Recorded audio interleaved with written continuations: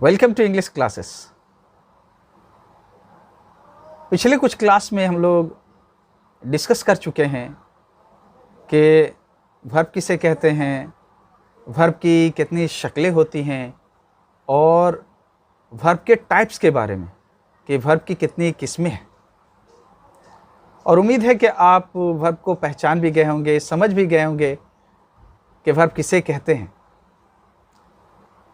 आज की क्लास में हम लोग डिस्कस करेंगे फाइनाइट वर्ब और नॉन फाइनाइट वर्ब के बारे में, इसकी पहचान के बारे में कि फाइनाइट वर्ब किसे कहते हैं और नॉन फाइनाइट वर्ब किसे कहते हैं। तो आइए सबसे पहले इस सेंटेंस को देखिए। They work hard to pass the test. अगर मैं आपसे पूछूं कि इस सेंटेंस में वर्ब कौन सा है, वर्क, यस, वर्क ये वर्ब है। अच्छा, तो वर्क वर्ब है और ये जो टू पास है लिखा हुआ यहां पे, ये क्या है? वर्ब तो इसे भी होना चाहिए, लेकिन ये वर्ब नहीं है, ये एक नॉन फाइनाइट वर्ब है। तो आप पूछ सकते हैं, अभी तो आपने कहा नॉन फाइनाइट वर्ब है।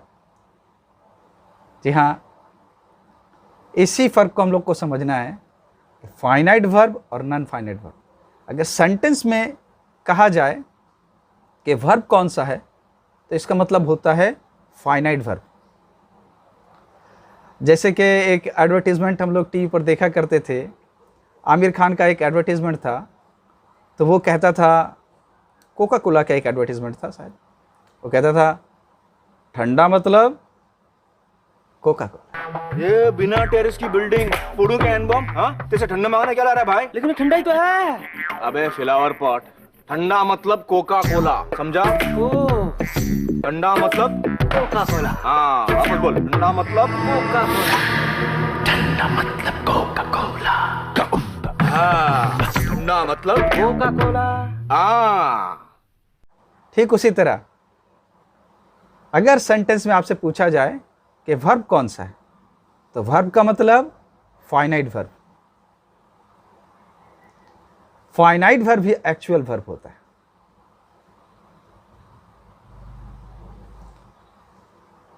तो क्या समझ में आया यहां पे? ये वर्क जो है ये एक फाइनाइट वर्ब है और टू पास ये एक नॉन फाइनाइट वर्ब है।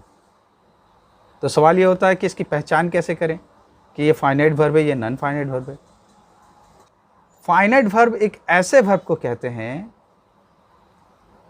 जो टेंस को इंडिकेट करता है और जो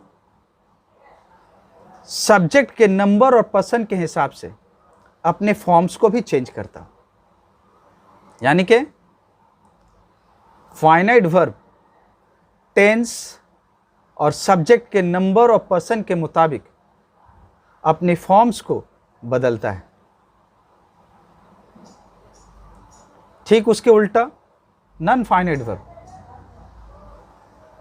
ये ना तो अपने टेंस को बदलता है और ना ही सब्जेक्ट के मुताबिक अपने फॉर्म्स को बदलता है। अब इन सेंटेंसेस को देखिए। They work hard to pass the test. She works hard to pass the test. I work hard to pass the test. They will work hard to pass the test. They have worked hard to pass the test. She has worked hard to pass the test. You are working hard to pass the test. तो इस तरह से हमने कई tense भी बदल दिए और कई सब्जेक्ट्स को भी बदल दिया। अब देखते हैं, अब यहाँ जो सब्जेक्ट्स और टेंस को बदला उसके बाद अब गौर करते हैं तो हमें नज़र आता है कि ये जो वर्क था ना, ये टेंस के हिसाब से और सब्जेक्ट के हिसाब से चेंज हो रहा है। आप गौर करें, इसे ये चेंज हो गया है। जबकि जिसे हमने नॉन फाइनाइट वर्ब कहा था टू पास, वो इन तमाम सेंटेंसेस में आपने उसी फॉर्म में टू पास टू पास टू पास टू पास, किसी तरह की कोई चेंजिंग नहीं है। तो इससे समझ में आया कि फाइनाइट वर्ब के जरिए ही हमें टेंस पता चलता है और सब्जेक्ट के नंबर और पर्सन के हिसाब से वो अपनी शक्ल को बदलता है। नॉन फाइनाइट वर्ब सेंटेंस में एक नाउन के तौर पर या फिर एक एडजेक्टिव के तौर पर यूज होता है। अगर ऐसी बात है तो इसे हम आखिर वर्ब क्यों कहते हैं? वर्ब की थोड़ी बहुत कुव्वत, थोड़ी बहुत कैरेक्टरिस्टिक उसमें पाई जाती है। जैसे कि कभी कभार ऑब्जेक्ट का भी यूज़ होता है उसके साथ, और वो एक वर्ब की तरह उसको कोई एडवर्ब मॉडिफाई भी करता है। तो इसीलिए नॉन फाइनाइट वर्ब को वर्बल नाउन या वर्बल एडजेक्टिव भी कहा जाता है। नॉन फाइनाइट वर्ब 3 तरह के होते हैं, और वो कौन से हैं? वो हैं इन्फिनिटिव, जिसको आपने देखा एग्जाम्पल में, टू पास, ये एक इन्फिनिटिव है। इसकी पहचान ये है कि वर्ब के बेस फॉर्म के साथ उससे पहले टू लगा होता है अक्सर। हाँ, कभी कभी बगैर टू के भी इन्फिनिटिव होता है, लेकिन ये काम करता है एक नॉन के तौर पे। दूसरा है जीरंड। ये जीरंड क्या होता है? तो जीरंड जो है वर्ब का ऐसा फॉर्म जिसमें आईएनजी लगा होता है और जो काम करता है एक नॉन के तौर पर। जैसे कि इस एग्जाम्पल में देखें आप, swimming is a very good exercise. Swimming is a very good exercise. यहां पर ये स्विमिंग क्या काम कर रहा है? देखिए, इस सेंटेंस का एक सब्जेक्ट है और सब्जेक्ट तो नाउन होता है, तो ये नाउन के तौर पर यहां पे यूज हुआ। उसके बाद बात आती है पार्टिसिपल की। तो पार्टिसिपल मेनली 2 तरह के होते हैं। एक होता है प्रेजेंट पार्टिसिपल और एक होता है पास्ट पार्टिसिपल।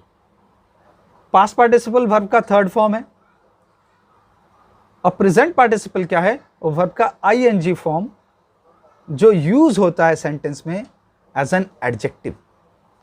पार्टिसिपल चाहे पास्ट पार्टिसिपल हो या प्रेजेंट पार्टिसिपल हो, ये किसी सेंटेंस में एडजेक्टिव का काम करता है।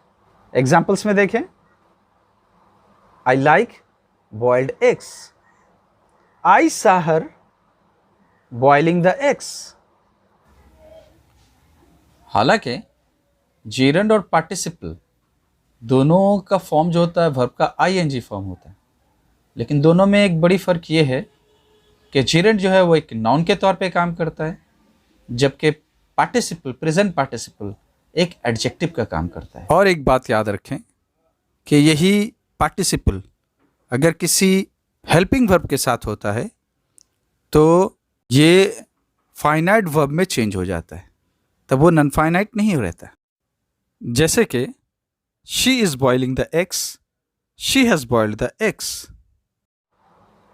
तो इस तरह से आपने देखा कि फाइनाइट वर्ब और नॉन फाइनाइट वर्ब का फर्क। एक अहम बात आप याद रखें, नॉन फाइनाइट वर्ब के बगैर सेंटेंस हो सकता है, लेकिन फाइनाइट वर्ब के बगैर सेंटेंस नहीं बन सकता। जब ये कहा जाता है कि एक सेंटेंस बगैर वर्ब के नहीं बन सकता, इसका मतलब फाइनाइट वर्ब के बगैर एक सेंटेंस नहीं बन सकता। Finite verb is the actual verb. Finite verb he actual verb है। और जब कभी भी हम कहते हैं ठंडा मतलब कोका कोला, तो वर्ब का मतलब फाइनाइट वर्ब ही होता है। All the best, thank you.